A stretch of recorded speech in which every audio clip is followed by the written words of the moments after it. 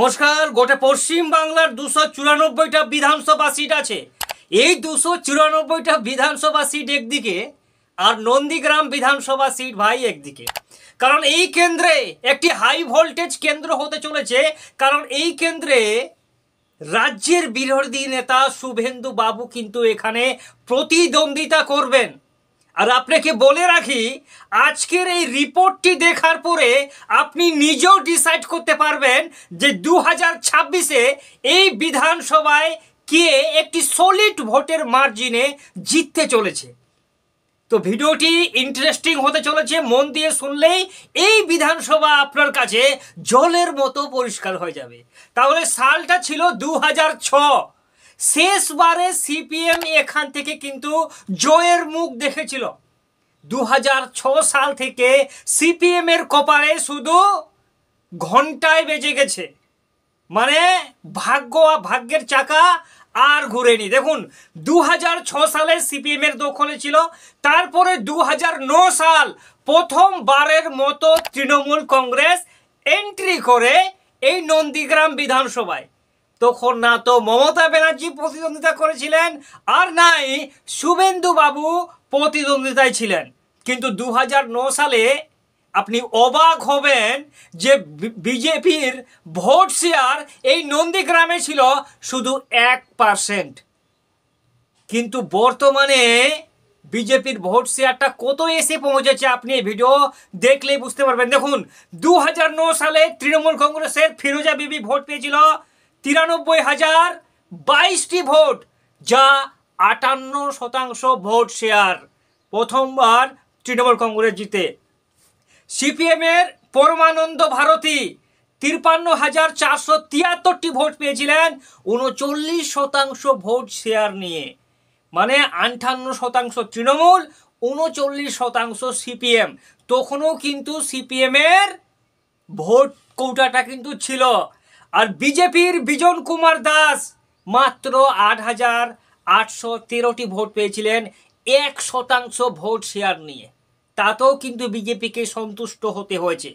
2009 সাল থেকে সরাসরি চলে আসবো আমরা 2011 সালে, যখন সিপিএমকে বিদায় জানিয়ে পশ্চিম বাংলার সংসদে বসে মমতা ব্যানার্জি।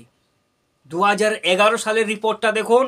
2011 সালেও কিন্তু এখানে না শুভেন্দু আর নাই মমতা দিদি প্রতিদ্বন্দ্বিতায় ছিলেন। এখানে আবার ফিরোজা বিবি 1,03,000 ভোটের বিনিময়ে আবার তৃণমূল কংগ্রেস দখল করে 61% ভোট শেয়ার নিয়ে।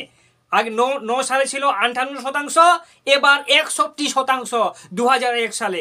সিপিএম এর পরমানন্দ ভারতী আবার তিনি ঘুরে ফিরে এসে বলছে এবার মনে হয় আমার ভাগ্যের চাকাটা খুলবে।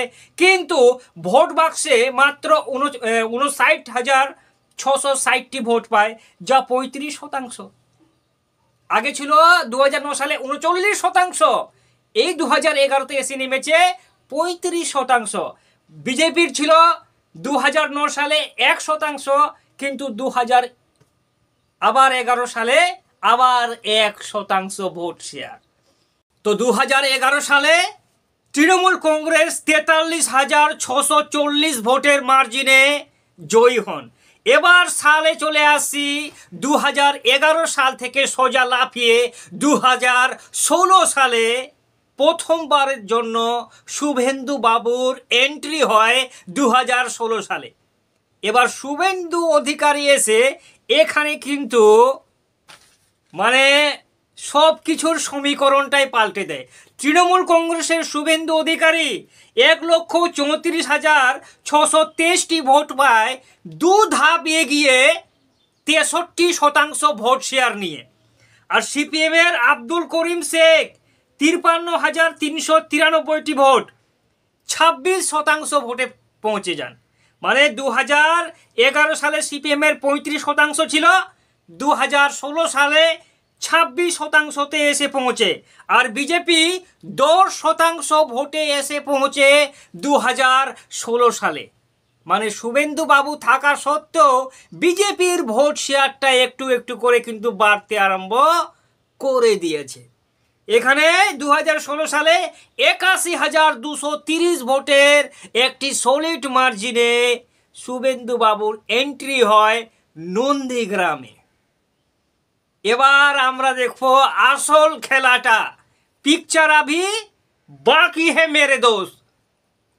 এবার আমরা চলে আসি 2016 সাল থেকে লাফিয়ে সরাসরি 2021 সালে, যখন প্রথমবার মানে কাটে কি টাক্কার শুভেন্দু বাবু বনাম মমতা দিদি প্রথমবারের জন্য প্রতিদ্বন্দ্বিতা করেছিলেন। মমতা ব্যানার্জি স্বপ্নেও ভাবেনি যে শুভেন্দু অধিকারীর সামনাসামনি আমাকে প্রতিদ্বন্দ্বিতায় নামতে হবে।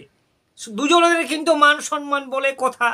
দিদি বলছে আমি হারলে তো আমার সম্মান শেষ, আর শুভেন্দু বাবু বলছে এখান থেকে হেরে গেলে আমার মানে আত্মসম্মানে লাগবে।